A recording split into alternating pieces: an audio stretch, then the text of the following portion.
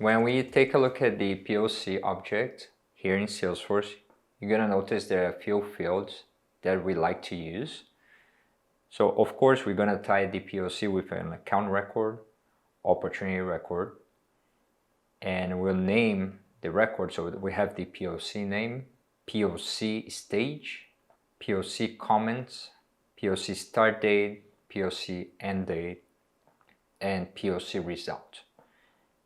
We also cannot forget all the timestamps for all the stages.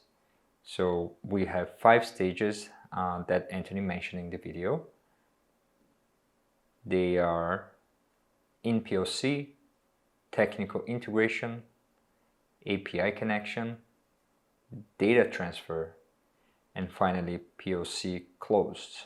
We included the POC result because you can tell if you were able to show the value or unable to show any value.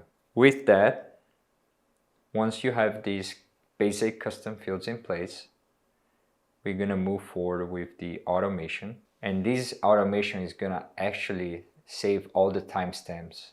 Even if people skip stages, they're all gonna be recorded. It's the same logic we used for our previous videos about opportunity stages and also lead statuses and lead stages. It's the same logic that we use for the lead lifecycle stages and also the opportunity stages. We're gonna use a record trigger flow that triggers out of the POC object when a record is created or updated. The entry condition is when the POC stage of the record is different than the POC stage of the prior record. We are gonna optimize this flow for a fast field update again, and next create our assignment element, which will update all the timestamps for the POC stages all at the same time. But we're gonna use a formula for each of these fields because we don't have to update all of them at the same time, right? So let's start with the formula for stage number 5, which is the simplest one.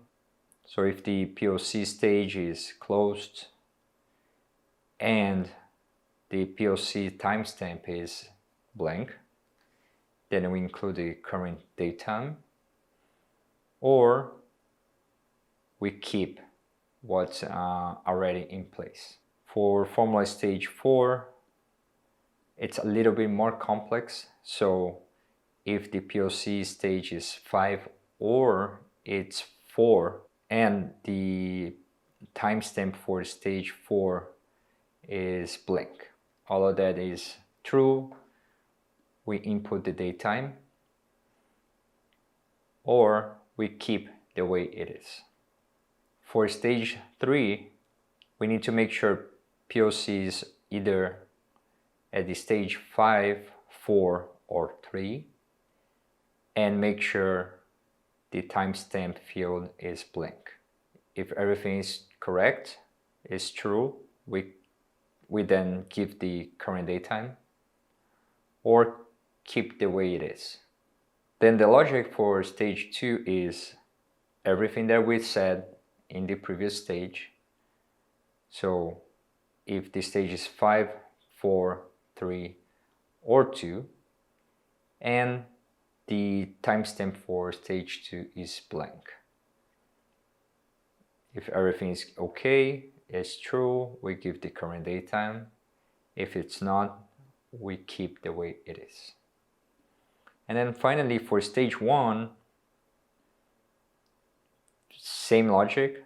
Stage can be either 1, 2, 3, 4, or 5, and it needs to have the stage 1 timestamp field blank. If it's true, give the current date time. If it's not, then we keep the way it is. With that, save your flow, activate it. Don't forget to test it to see if it's working correctly. The next on the list is creating a button.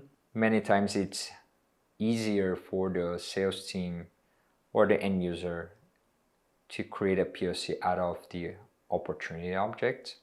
So we created a custom button, which is actually a custom action. So when you go to buttons here at the opportunity object in Object Manager, you can choose to create a new action. And there are several action types. You can use a flow, which I'm gonna use in another video.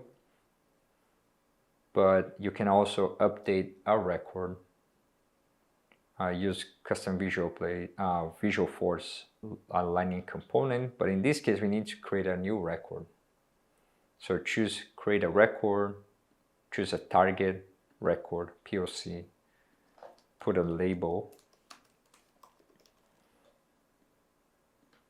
and you can even include a success message. So POC record is created.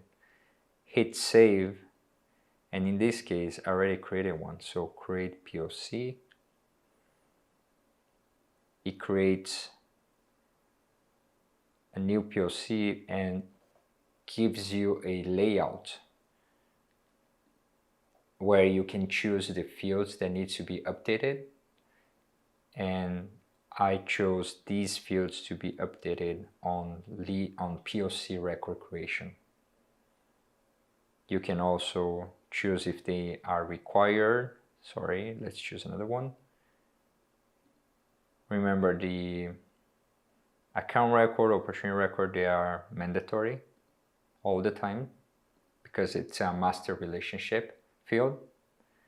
But everything, and POC name, of course, the record always has to have a name. But everything else, you can choose if it's going to be required or read-only or both. Actually, read-only or required, and save, and then you're gonna use all of these 7 fields or more if you choose to have more. Once you have that created, we can go and include that action into the opportunity landing page. So I created this, I added the action here right after edit. I also chose to be visible only if the opportunity stage is not equal to SQL and also not discovery demo completed, because at that time they really don't ask for a POC, only after they move forward in further stages. Once everything's in place, you can save it, and let's do a quick demo how that works at the opportunity level. So create POC, asks you for account record, POC name, POC testing, stage, choose the date of the start date and end date, testing button, POC common is testing button. Once you hit save, it's going to give you the confirmation message, POC record created. We also included the POC records to be visible here at the opportunity page inside this box. It's an easier way to see what are all the POCs that are running for this account. We also can see the POC that's related to this record right here. And the one that we just created, it's POC testing. And you can see that this stage is already populated.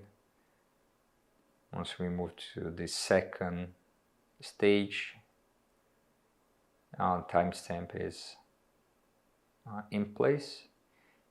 If it skips stages to number 4, it populates the timestamps right away.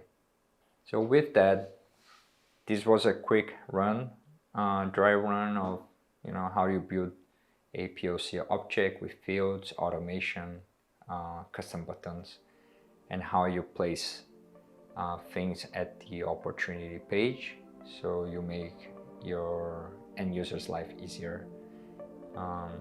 And with that, if you like the content, please give us a like and subscribe for more technical content here at Winscale. Thank you.